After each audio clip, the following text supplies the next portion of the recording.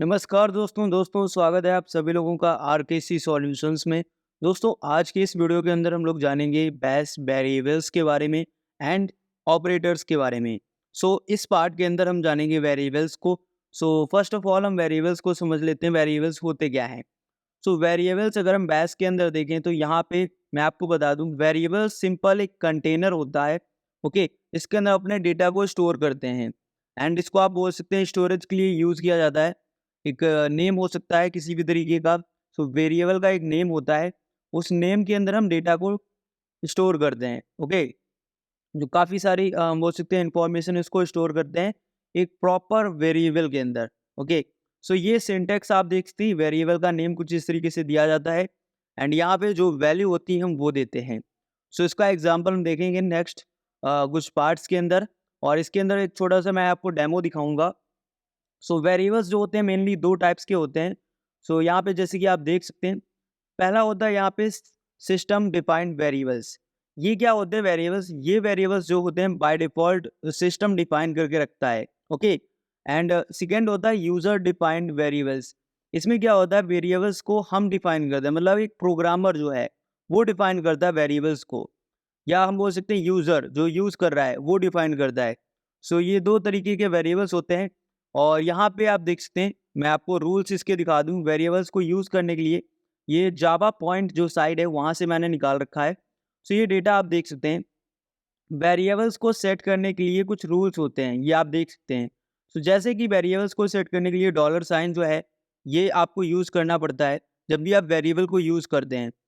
यहाँ पे आप देख सकते हैं कुछ इस तरीके से, यहाँ पे जो है कोड आपको यहाँ पे यूज़ करना पड़ता है जब भी आप वेरिएबल का नेम करते हैं जिसमें अल्फ़ाबेटिक वर्ड्स हो। उस तरीके के वेरिएबल्स को क्रिएट करने के लिए lower case and upper case जो है यहाँ पे आप देख सकते हो किस इस तरीके से यहाँ पे राइट किए जाते हैं वेरिएबल।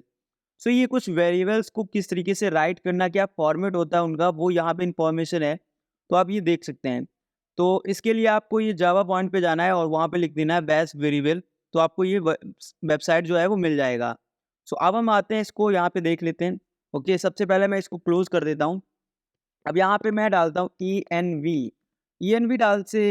डालने से क्या हो रहा है, यहाँ पे ये जो आपके सामने लिस्ट निकल के आ रही है, ये सिस्टम डिफाइंड वेरिएबल्स की लिस्ट निकल के आ रही है। अब जैसे कि यहाँ पे हमने बात की, फर्स्ट होता है सिस्टम डिफाइंड। सिस्टम डिफाइंड यहाँ पे जैसे कि आप देखेंगे पाथ। ओके, पाथ डाल दी, यहाँ पे ये इंफॉर्मेशन निकल के आ रही है इतनी, ठीक है।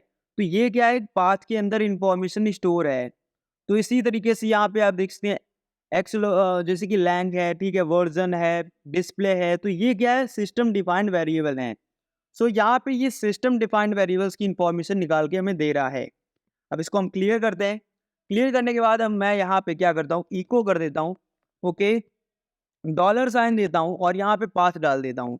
पाथ डालते ही यहाँ पे क्या है, वही इंफॉर्मेशन निकल के आएगी जो सिस्टम में डिफाइंड है। वही इंफॉर्मेशन यहाँ पे आपको दिख रही होगी, जैसे कि मैंने आपको यहाँ पे देखिए इसीलिए प्रैक्टिकल इसको करके दिखा दिया है। ओके, आई होप आपको सिस्टम डिफाइंड वेरिएबल का कुछ आइडिया लग गया होगा, जो सिस्टम में डिफाइंड हो वैसे वेरिएबल्स। अब अगर हम बात करें सेकेंड यहाँ पे user defined variables. User defined variables को अगर हम देखें तो यहाँ पे मैंने एक स्क्रिप्ट बना के रखी है, देख सकते हैं आप। जैसे कि यहाँ पे मैं आपको दिखा देता हूँ, जैसे कि यहाँ पे बैश का जो हमारा सी बैंग है वो यहाँ पे मैंने राइट किया है। फिर यहाँ पे वेरिएबल का नेम दिया है नेम। ओके, नेम नाम का जो हमारा वेरिएबल है इसको डॉलर साइन के साथ यहाँ पे ब्रैकेट में दिया है, ताकि ये इन्फॉर्मेशन मैं बता चुका हूँ ऑलरेडी आपको वीडियोज़ में, तो आपको पता ही होगा। यहाँ पे SEQ क्या है, अब इसको मैं बता देता हूँ आपको करके प्रैक्टिकल। यहाँ पे SEQ मैं डालता हूँ और यहाँ पे मैं बोल देता हूँ 1 से लेकर 5 तक, ठीक है। यहाँ पे क्या है, 1 से 5 तक जो एक हम बोल सकते हैं एक लाइन वाइज यहाँ पे नीचे आप देख सकते हैं कुछ इस तरीके से आपको इन्फॉर्मेशन जो दिख रही है, इस तरीके से एक फॉर्मेट में क्या हो जाएगा, नंबर्स आ जाएंगे। अब ठीक है, अब ये आपको पता चल गया, इस तरीके से हमें किसी भी फॉर्मेट को इस तरीके से लेके आना है तो हम करते हैं इसका इस्तेमाल। अब यहाँ पे हमने वही चीज़ किया है, 1 to 5 कर दिया है। इसके बाद यहाँ पे मेक डायरेक्टरी, मतलब ये जो नेम है इसके अंदर जो भी हम डेटा दे रहे हैं, ये वाला डेटा, इस नाम की डायरेक्टरी हमें बनानी है, ठीक है। यहाँ पे हमने नेम दे दिया, ये हमारा क्या है, वेरिएबल है, और यहाँ पे इनका क्या है, डायरेक्टरी बनाना है, ये वेरिएबल्स की हमें डायरेक्टरी बनानी है। ओके, ये हमने कुछ प्रोग्राम दिया है, इसको हम यहाँ पे Ctrl+O से सेव करेंगे, Ctrl+X करते हैं और इसकी जो परमिशंस है मैं आपको दिखा देता हूँ। यहाँ पे एग्जीक्यूटिव परमिशन इसके पास है। सो आप देख सकते हैं यहाँ पे ये परमिशंस है, ठीक है।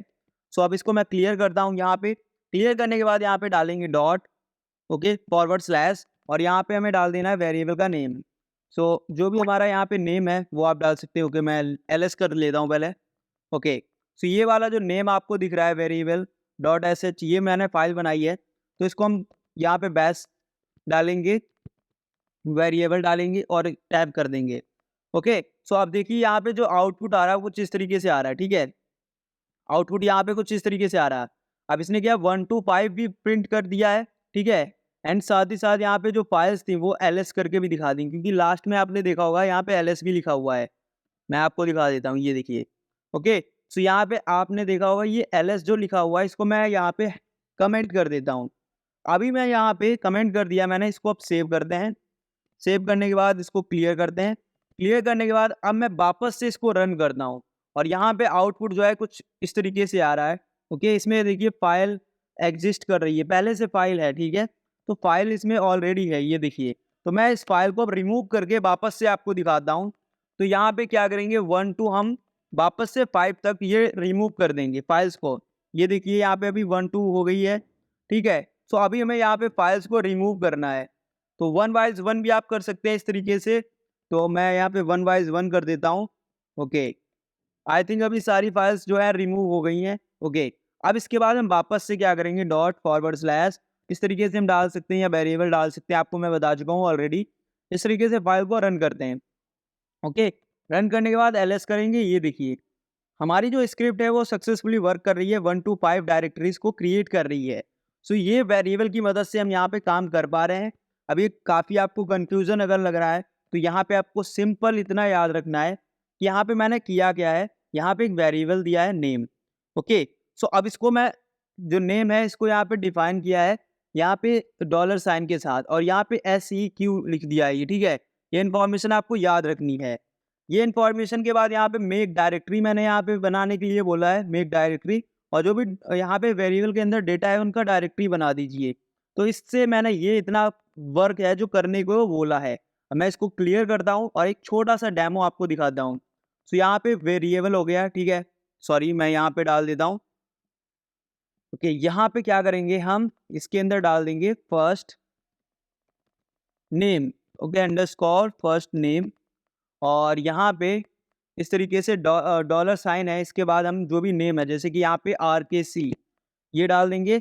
ओके, एंड ये जो डॉलर साइन है इसको रिमूव कर देंगे यहाँ से। ओके, अब यहाँ पे क्या करेंगे, लास्ट, ये आपको इजी समझ में आएगा, लास्ट नेम इक्वल साइन देंगे और यहाँ पे सॉल्यूशंस डाल देंगे। ये हो गया। इसके बाद अब आपको क्या करना है, यहाँ पे इको करना है।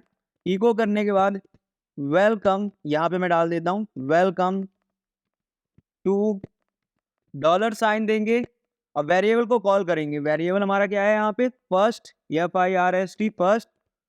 ओके, और यहाँ पे फर्स्ट के बाद इस तरीके से बिल्कुल आपको सेम लिखना है, नेम, फर्स्ट नेम, एंड वापस से डॉलर साइन देंगे। वापस से डॉलर साइन देने के बाद आपको ये लिख देना है लास्ट नेम।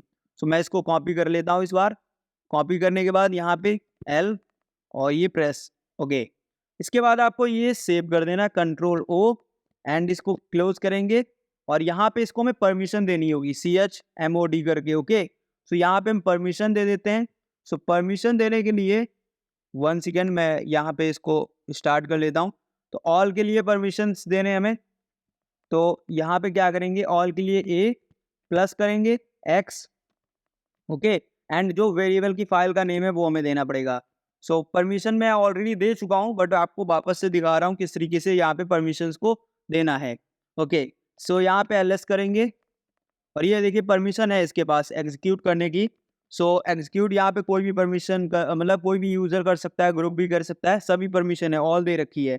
अब इसके बाद इसको यहाँ पे रन करते हैं और ये देखिए यहाँ पे आ चुका है, वेलकम टू RKC सॉल्यूशंस। और हमारा प्रोग्राम क्या था, यहाँ पे प्रोग्राम जो था हमारा, यहाँ पे देखिए फर्स्ट नेम था RKC और सेकंड नेम क्या था, सॉल्यूशन। तो ये फर्स्ट वेरिएबल जो नेम था इसके अंदर हमने RKC डाल दिया, सेकंड वेरिएबल के अंदर सॉल्यूशन डाल दिया, एंड इको से यहाँ पे इसको प्रिंट करा दिया, ठीक है। सो बात सिंपल है, ये हमने यूजर डिफाइंड वेरिएबल है, इसी तरीके से काम करते हैं। एंड इसी तरीके से वर्क होता है। अगर आपको अभी भी नहीं समझ में आया तो आप इसको खुद से ट्राई कीजिएगा, आपको समझ में आई होप आ जाएगा। और फिर भी कोई डाउट होता है तो कमेंट करके बताइएगा। मिलते हैं नेक्स्ट वीडियो में, देखते हैं ऑपरेटर्स के बारे में, और देखते रहिए, सीखते रहिए।